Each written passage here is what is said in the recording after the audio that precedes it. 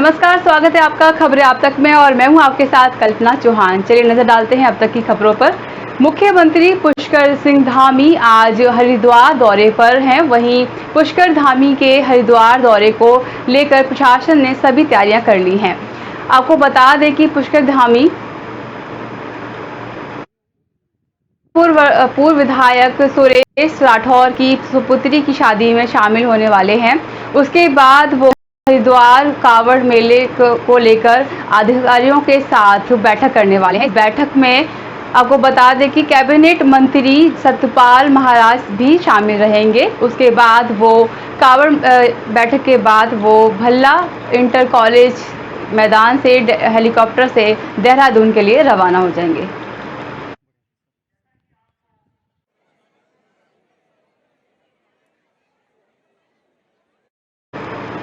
शुक्रवार की सुबह ग्राम ढेला के पास बरसाती नाले में पानी के तेज बहाव में एक कार बहने के कारण 9 लोगों की मौके पर ही दर्दनाक मौत हो गई। आपको बता दें कि कार में सवार एक अन्य महिला इस दुर्घटना में गंभीर रूप से घायल हो गई है, जिसे उपचार के लिए रामनगर के सरकारी अस्पताल में भर्ती कराया गया है। आपको बता दें कि ये सभी लोग ग्राम ढेला में स्थित एक रिजॉर्ट में रुके हुए थे और शुक्रवार की सुबह ये सभी 10 लोग वापस जा रहे थे। इसी बीच ढेला में बरसाती नाले में पानी का बहाव अचानक से बढ़ने के कारण ये कार पानी में बहते हुए नीचे गिर गई। एक महिला किसी तरह बाहर निकली और सड़क पर पहुंची और उसने शोर मचाया और ग्रामीणों ने उसकी मदद की, और जिसमें से सैकड़ों ग्रामीण वहां मौके पर पहुंचे और उन्होंने नीचे गिरी कार में से फंसे हुए लोगों को बाहर निकालने के प्रयास किया। तो यह लोग 4 लोगों की शव ही बाहर निकाल पाए, जबकि 5 शव गाड़ी के अंदर ही फंसे हुए होने की खबर है। हमारा नाम ब्रह्मपाल जी। ब्रह्मपाल जी, आप कहाँ से आ रहे थे? काशीपुर से आ रहे थे सर। काशीपुर से ढेला की तरफ जा रहे थे? हाँ, सामान लेना आ रहे थे होटल में ढेला में। कहाँ जा रहे थे? आ रहे कहाँ? समझ दे ढेला गाँव में। अच्छा, अच्छा हुआ था यहाँ पर? यहाँ मैं पानी खोदते भाव आया, मैं यहाँ खड़ा था गाड़ी ले हुए, मैंने हाथ हिलाया, लाइटें मारी, तब अपने गाड़ी नहीं रोकी। फिर ज़्यादा उधर से कार आते रही, पानी हाथ से पूरी गाड़ी बह गई। मेरे सामने वाली बात, हाथ से मेरे सामने वो आई वाला पूरा हुआ।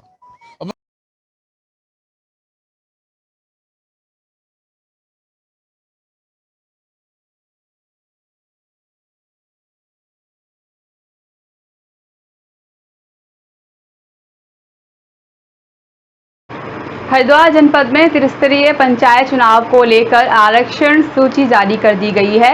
विकास खंड लक्सर, बहादुरगंज, भगवानपुर सहित नरसिंह ब्लॉक में चस्पा की गई है और आरक्षण सूची को लेकर कई प्रत्याशियों के चेहरे खिल उठे हैं और कई के हाथ मायूसी लगी है।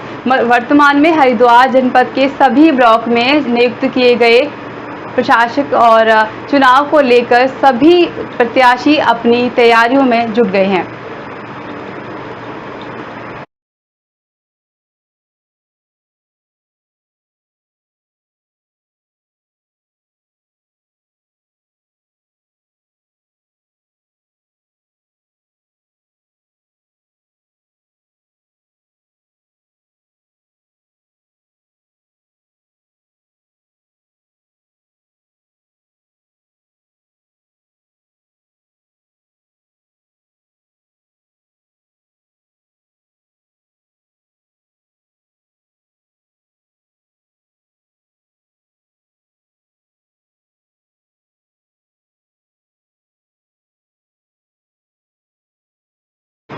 एलपीजी सिलेंडर के लगातार बढ़ते हुए दामों को लेकर महिलाएं लगातार परेशान हो रही हैं। लगातार दाम बढ़ते जा रहे हैं, जिसके चलते लोगों का जीना मुश्किल होता जा रहा है। उत्तराखंड की महिलाएं बढ़ती हुई महंगाई को लेकर क्या कहती हैं, आइए आपको सुनाते हैं।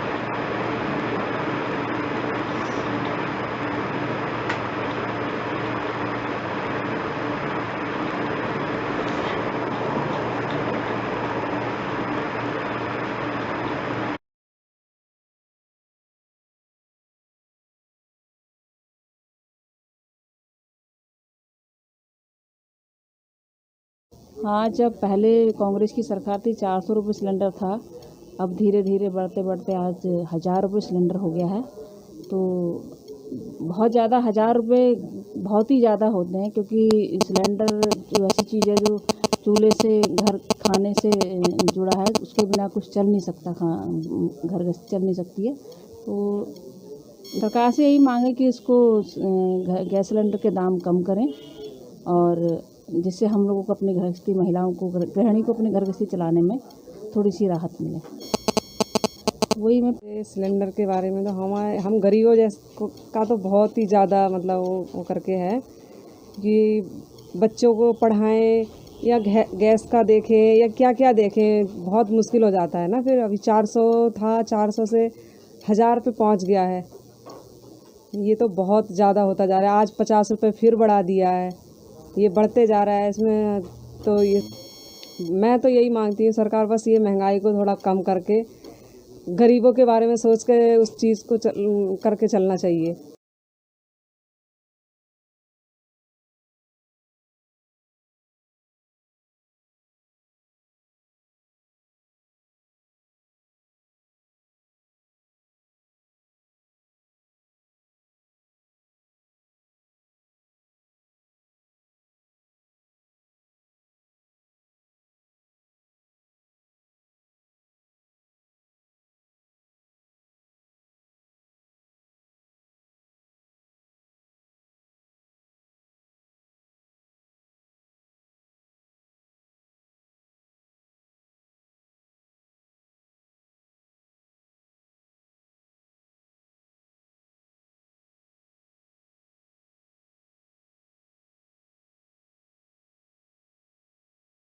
हाँ, जब पहले कांग्रेस की सरकार थी 400 रुपये सिलेंडर था। अब धीरे धीरे बढ़ते बढ़ते आज 1000 रुपये सिलेंडर हो गया है। तो बहुत ज़्यादा 1000 रुपये बहुत ही ज़्यादा होते हैं, क्योंकि सिलेंडर जो ऐसी चीज़ है जो चूल्हे से घर खाने से जुड़ा है, उसके बिना कुछ चल नहीं सकता, घर गृहस्थी चल नहीं सकती है। तो सरकार से यही मांग है कि इसको गैस सिलेंडर के दाम कम करें, और जिससे हम लोगों को अपनी गृहस्थी महिलाओं को गृहिणी को अपनी घर गृहस्थी चलाने में थोड़ी सी राहत मिले।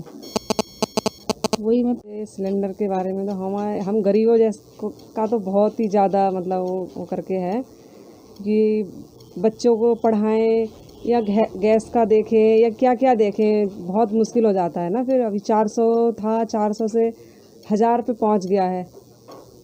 ये तो बहुत ज़्यादा होता जा रहा है। आज 50 रुपये फिर बढ़ा दिया है। ये बढ़ते जा रहा है इसमें। तो ये मैं तो यही मांगती हूँ, सरकार बस ये महंगाई को थोड़ा कम करके गरीबों के बारे में सोच के उस चीज़ को करके चलना चाहिए। हाँ, जब पहले कांग्रेस की सरकार थी 400 रुपये सिलेंडर था। अब धीरे धीरे बढ़ते बढ़ते आज 1000 रुपये सिलेंडर हो गया है। तो बहुत ज़्यादा 1000 रुपये बहुत ही ज़्यादा होते हैं, क्योंकि सिलेंडर जो ऐसी चीज़ है जो चूल्हे से घर खाने से जुड़ा है, उसके बिना कुछ चल नहीं सकता, घर गृहस्थी चल नहीं सकती है। तो सरकार से यही मांग है कि इसको गैस सिलेंडर के दाम कम करें, और जिससे हम लोगों को अपनी गृहस्थी महिलाओं को गृहिणी को अपनी घर गृहस्थी चलाने में थोड़ी सी राहत मिले। वही मैं सिलेंडर के बारे में तो हम गरीबों का तो बहुत ही ज़्यादा मतलब वो करके है कि बच्चों को पढ़ाएं या गैस का देखें या क्या क्या देखें, बहुत मुश्किल हो जाता है ना। फिर अभी 400 था, 400 से 1000 पे पहुंच गया है। ये तो बहुत ज़्यादा होता जा रहा है। आज 50 रुपये फिर बढ़ा दिया है। ये बढ़ते जा रहा है इसमें। तो ये मैं तो यही मांगती हूँ, सरकार बस ये महंगाई को थोड़ा कम करके गरीबों के बारे में सोच के उस चीज़ को करके चलना चाहिए।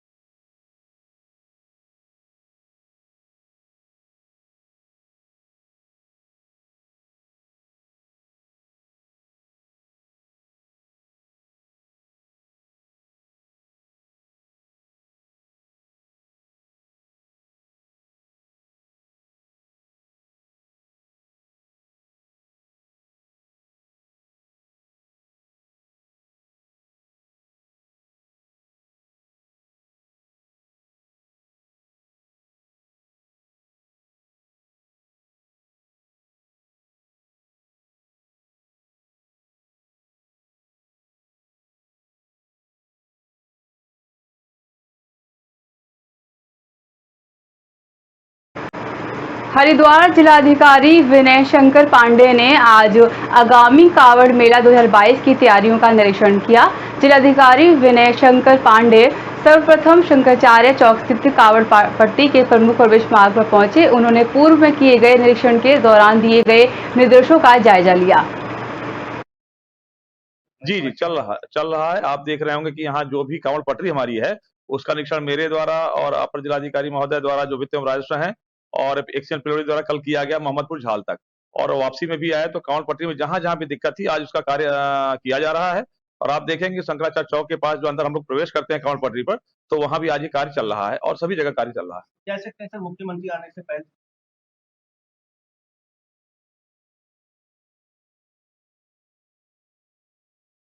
एलपीजी सिलेंडर के लगातार बढ़ते हुए दामों को लेकर महिलाएं लगातार परेशान रह रही हैं। लगातार दाम बढ़ते जा रहे हैं, जिसके चलते लोगों का जीना मुश्किल होता जा रहा है। उत्तराखंड की महिलाएं बढ़ती हुई महंगाई को लेकर क्या कहती हैं, आइए आपको सुनवाते हैं। हाँ, जब पहले कांग्रेस की सरकार थी 400 रुपये सिलेंडर था, अब धीरे धीरे बढ़ते बढ़ते आज 1000 रुपये सिलेंडर हो गया है। तो बहुत ज़्यादा 1000 रुपये बहुत ही ज़्यादा होते हैं, क्योंकि सिलेंडर जो ऐसी चीज़ है जो चूल्हे से घर खाने से जुड़ा है, उसके बिना कुछ चल नहीं सकता, घर गृहस्थी चल नहीं सकती है। तो सरकार से यही मांगे कि इसको गैस सिलेंडर के दाम कम करें, और जिससे हम लोगों को अपनी गृहस्थी महिलाओं को गृहिणी को अपनी घर गृहस्थी चलाने में थोड़ी सी राहत मिले। वही मैं सिलेंडर के बारे में तो हम गरीबों जैसे का तो बहुत ही ज़्यादा मतलब वो करके है कि बच्चों को पढ़ाएं या गैस का देखें या क्या क्या देखें, बहुत मुश्किल हो जाता है ना। फिर अभी 400 था, 400 से 1000 पे पहुंच गया है। ये तो बहुत ज़्यादा होता जा रहा है। आज 50 रुपये फिर बढ़ा दिया है, ये बढ़ते जा रहा है। इसमें तो ये मैं तो यही मांगती हूँ सरकार बस ये महंगाई को थोड़ा कम करके गरीबों के बारे में सोच के उस चीज़ को अल्मोड़ा जिले के विकास खंड सल्ट में भाजपा कार्य समिति की बैठक का आयोजन किया गया। कार्यक्रम की अध्यक्षता मंडल अध्यक्ष सल्ट विक्रम बिष्ट के नेतृत्व में की गई। कार्य समिति बैठक में मुख्य अतिथि सल्ट विधायक महेश जीना ने शिरकत की। सल्ट विधायक महेश जीना ने केंद्र सरकार के 8 वर्ष की उपलब्धियों को गिनाया। प्रधानमंत्री नरेंद्र मोदी के नेतृत्व में उत्तराखंड सहित 4 अन्य राज्यों में भाजपा ने पुनः विजय प्राप्त कर सरकार बनाई है।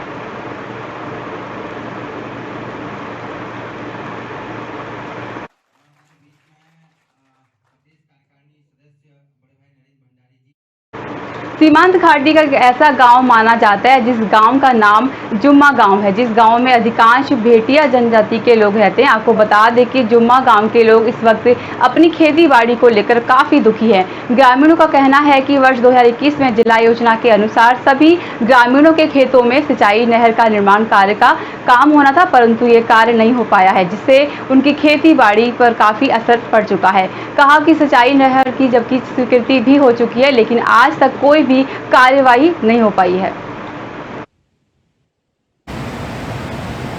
आज जिस तरह से ग्राम जुम्मा में नीति घाटी के ग्राम जुम्मा में सिंचाई का अभाव देखने को मिल रहा है, तो कहीं न कहीं विभाग की लापरवाही से आज ग्राम जुम्मा के लोग बहुत ही परेशान और हताश नज़र आ रहे हैं। जिस तरह से आप देख रहे हैं कि आज विभाग की जो लापरवाही है, जो पिछले वर्ष जिला योजना के तहत 2 लाख रुपए का जो जिला योजना में सिंचाई गुल के लिए मिले थे, विभाग की लापरवाही के कारण आज वो पैसा कुछ ठेकेदारों को विभागीय अधिकारियों द्वारा बंदरबांट किया गया और आज समस्त ग्रामवासियों ने श्रमदान कर सिंचाई गुल का निर्माण किया है। चारधाम यात्रा के लिए पंजीकरण कराने वाले तीर्थयात्रियों ने इस बार नया रिकॉर्ड बनाया है। 2 महीने के भीतर ही वर्ष 2019 में आए श्रद्धालुओं से अधिक पंजीकरण का आंकड़ा पहुंच गया। अभी यात्रा 4 महीने और चलेगी। वर्तमान में चारधाम यात्रा में श्रद्धालुओं की संख्या को देखते हुए सरकार को इस बार 40 लाख तीर्थयात्रियों के दर्शन करने की उम्मीद है, जो एक नया रिकॉर्ड बनेगा। 2019 में चारधाम यात्रा में 34 लाख से अधिक तीर्थयात्रियों के आने से रिकॉर्ड बना था। इसके बाद वर्ष 2020 में और 21 में कोविड महामारी के कारण चारधाम यात्रा बाधित रही। पर्यटन विभाग के रिपोर्ट के मुताबिक चारधाम यात्रा के लिए अब तक तीर्थयात्री के पंजीकरण का आंकड़ा 35 लाख पहुंच चुका है। इससे 26 लाख से अधिक श्रद्धालु बद्रीनाथ, केदारनाथ, गंगोत्री, यमुनोत्री धाम में दर्शन कर चुके हैं।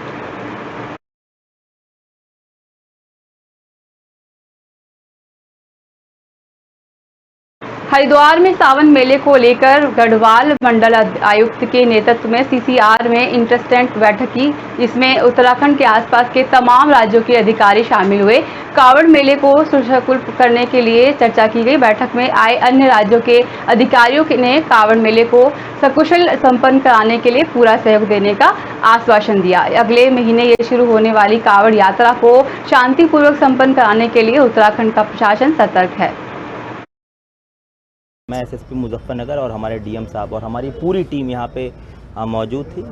कई इशूज़ थे जिनको यहाँ पे डिस्कस किया गया, ताकि एक कंपोजिट ट्रैफिक प्लान हमारे द्वारा बनाया जा सके, ताकि किसी भी कांवड़ियों को किसी भी प्रकार से या आम जनमानस को भी किसी भी प्रकार से कोई असुविधा ना हो।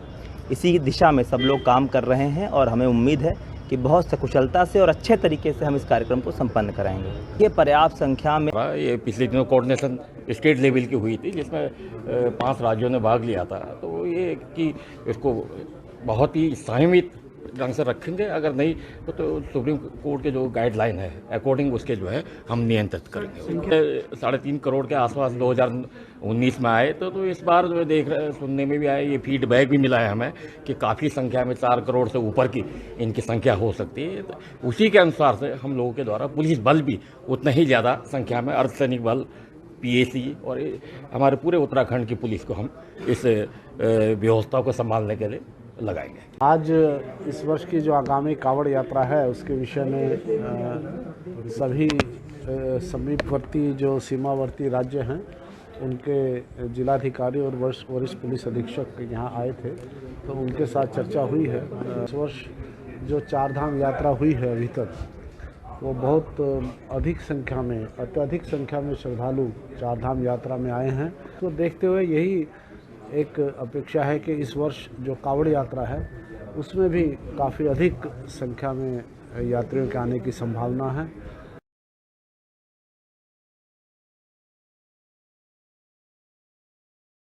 जिलाधिकारी के आदेश पर खनन विभाग की संयुक्त टीम ने छापेमारी करना शुरू कर दिया है। लक्सर में खनन अधिकारियों ने छापेमारी की कार्रवाई की है।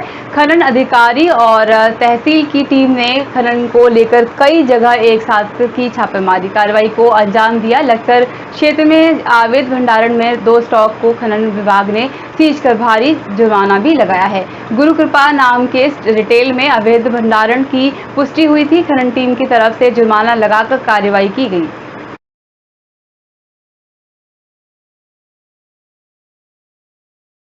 अगली खबर लक्सर तहसील से है। आपको बता दें कि मौसम विभाग के येलो अलर्ट जारी के बाद लक्सर तहसील प्रशासन भी क्षेत्र में बाढ़ को लेकर अलर्ट पर है। तहसील प्रशासन ने आगामी मॉनसून सत्र से निपटने के लिए सभी तैयारियां पूरी कर ली हैं। वहीं लक्सर एसडीएम गोपाल राम बनवाल का कहना है कि आगामी मॉनसून सत्र को देखते हुए सारी व्यवस्थाएं दुरुस्त कर ली गई हैं और एसडीएमआरएफ की टीम यहां तहसील स्तर पर उपस्थित है और एनडीआरएफ की जिले पर उपलब्ध है। आवश्यकता पड़ने पर उसे बुलाया जा सकता है। अगर किसी प्रकार की बाढ़ जैसी स्थिति बनती है तो हमारे पास पूरी फोर्स एनडीआरएफ की होगी। आगामी मानसून सत्र को देखते हुए सारी व्यवस्थाएं दुरुस्त की गई हैं, पूरी ड्यूटियां लगी हुई हैं।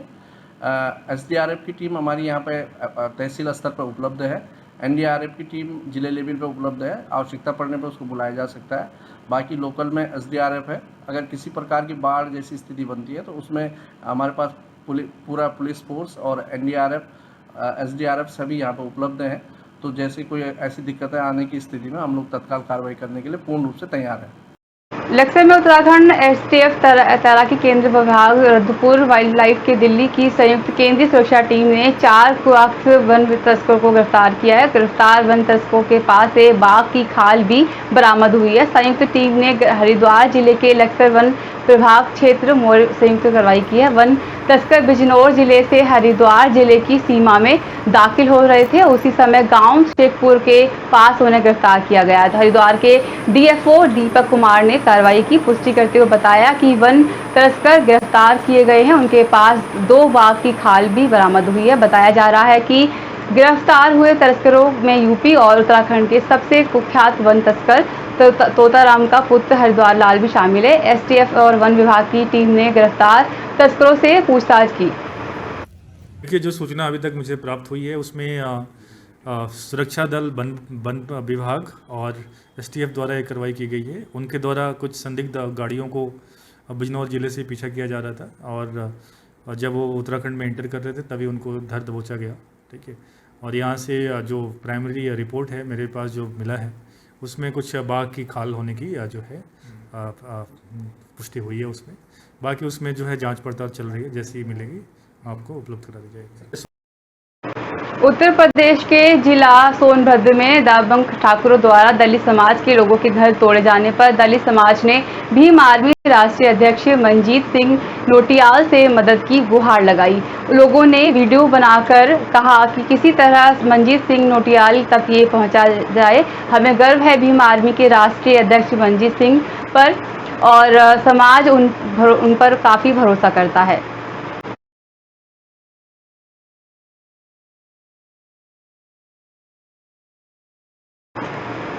अब तक के लिए बस इतना ही। बने रहिए हमारे साथ।